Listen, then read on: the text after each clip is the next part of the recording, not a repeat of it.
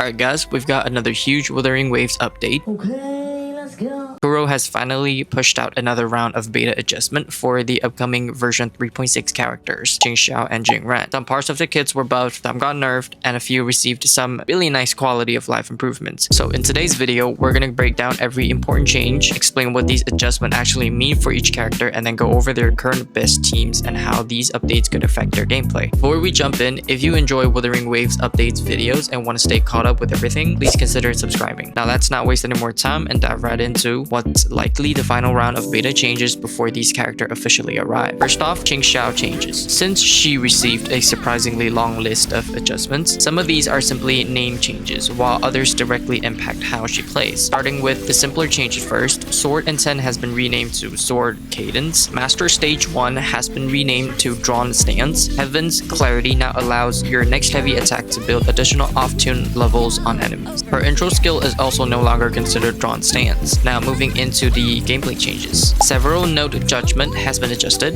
now granting 45 of these things, while also allowing you to follow into String Blade Stage 4 even outside of Transcendence. Her first inherent skill now immediately grants 1 stack of Gathered Mind when entering combat. Guided Mind has also been adjusted, allowing teammates to apply Mind Lock based on QingXiao's current stacks. Heavy Attack String Blade now applies 3 Mind Lock stacks instead of the previous amount. Several Resonance Chains nodes have also been updated. Sword Step no longer consumes Flight Chi, although it can now only be used once during sword fight. Outside of the gameplay changes, Kuro also optimized hit feedback, adjusted interruption priority, and increased the duration of her air damage bonus to 40 seconds, giving her a much better uptime. Overall, I'd say these changes are small but noticeable buff. Nothing here completely changes how QingXiao plays compared to her early gameplay we've already seen, but there are several improvements that make her feel smoother and more consistent. A 4th basic attack received a small multiplier increase. Her skill now generates 45 forte instead of 40, but also receiving a slight damage increase. That's actually one of the more impactful buffs because it lets her access her stronger attacks a little faster. Heavy Attack String Blade now applies 3 stacks instead of 2, which is another nice quality of life improvement. Most of these adjustments are aimed at improving her consistency while giving her a small boost of overall damage. So if you're already planning on pulling QingXiao, these changes should make her feel even better to play. Now let's move over to JingRan's because his list of adjustments is even larger.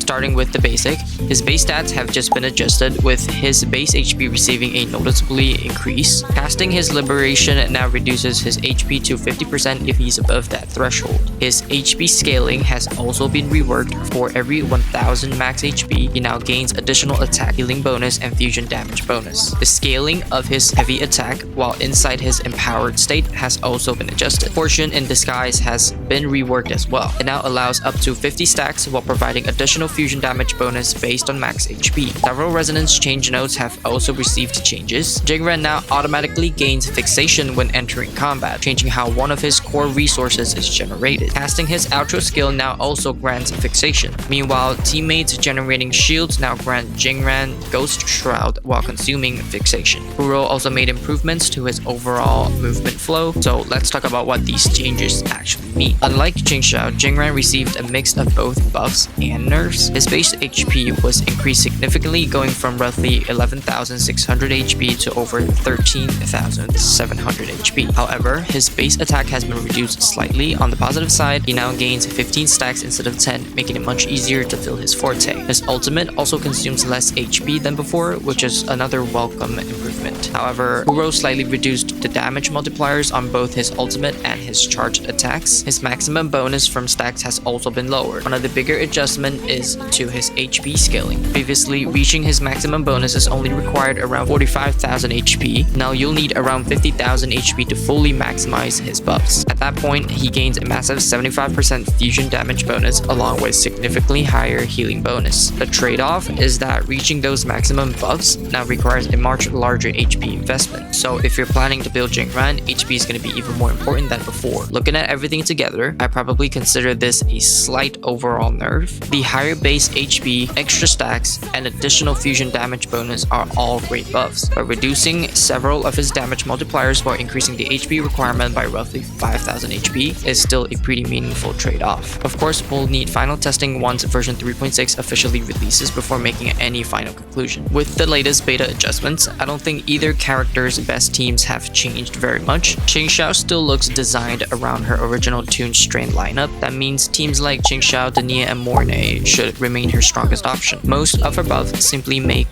that existing team feel smoother rather than changing how it's played. As for JingRan, he still revolves heavily around HP scaling and heavy attack focused gameplay. Characters like Iuno or anyone who can increase heavy attack damage should continue to be some of his best partners. Teammates that provide additional fusion damage bonus will remain incredibly valuable as well. So while the numbers have changed, the overall identity of both characters really hasn't. Qing Xiao is still your arrow main DPS built around Toon Strain, while JingRan remains an HP scaling fusion DPS centered around powerful heavy attacks and HP.